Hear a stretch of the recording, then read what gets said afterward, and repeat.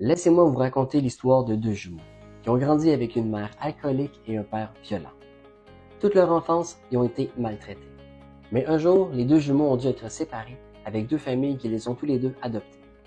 Et les deux jumeaux ne se sont jamais revus. Bien des années plus tard, un groupe de gens a décidé d'interviewer les deux jumeaux. Ils ont commencé par aller voir le premier, qui lui est en prison. Ils lui ont demandé comment il avait fait pour terminer sa vie en prison. Le premier jumeau a répondu que c'était parce qu'il avait une mère alcoolique et un père violent, et qu'il ne pouvait pas faire autrement. Par la suite, le groupe de gens sont allés voir le deuxième jumeau qui, lui, avait une famille et une vie saine.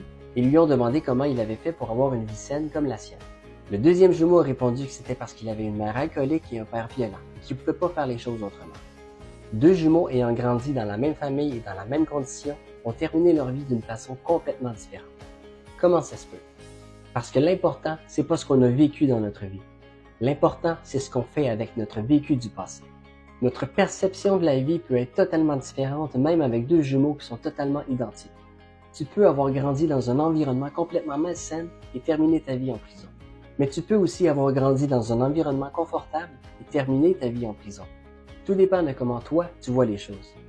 Tu peux grandir dans un bon environnement et continuer comme ça. Mais si tu grandis dans un environnement malsain, tu peux quand même changer les choses et avoir une belle vie. Mais ça commence avec toi. Libre à toi de savoir si tu veux grandir dans la folie ou trouver le moyen de garder de la sagesse pour te bâtir une vie meilleure que celle que tu as vécue. C'est toi qui décides. Passe une bonne journée.